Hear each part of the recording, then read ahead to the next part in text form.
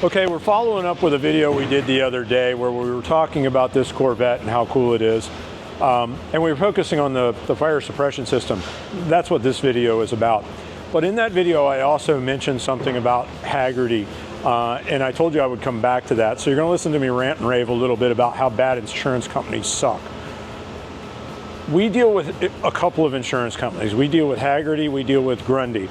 If State Farm or Allstate or Progressive bring a car to us, we are glad to deal with the customer. We enjoy dealing with the customer, but those assholes aren't coming in the door. We don't want anything to do with them. So my point is, if you have a car like this or something that's old and you have it insured with somebody other than Hagerty or Grundy, there's a couple of other specialty companies, and if your boat is bigger than 150 feet, you probably will have one of those companies. So you really, really need to listen to what I'm saying, because my direction in here is I have to work with these people to fix your car. And Hagerty, Grundy are wonderful. They want to make the customer happy. They actually give a shit. Allstate, State Farm, Progressive, all those other companies that do your general car insurance, they suck. They're the worst people you could ever possibly deal with. Make sure you deal with Hagerty or Grundy. So back to what I was talking about. The fire suppression system's been installed in this car. We talked about why we were doing it. So last year we had about 5 or 6 carburetor fires. Some of them were cars that we worked on. Others were people that had brought the car and they were Hagerty customers and they were directed to us. Most cases the cars were destroyed. So this is installed. It is installed. The tri-power car is more prone to having problems. The dual quad car is more prone to having problems. However, a couple of the cars last year that were destroyed were single carburetor cars. Again, they weren't all ours. And it's all caused by the fuel. It's typically the fuel that's causing this problem. So if you look under the hood here, these are discharge ports for the fire extinguisher system.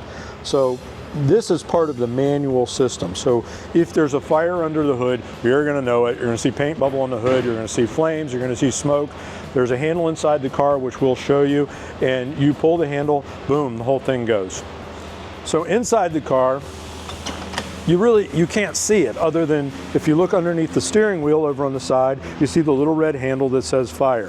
That is the manual discharge, and it is kind of important that it is someplace to get to, so in the event of a panic, somebody doesn't just forget to do it or can't find it or whatever. So that handle, manual discharge. Tucked up under the dash is the port that I showed you that was it was a heat sensitive device.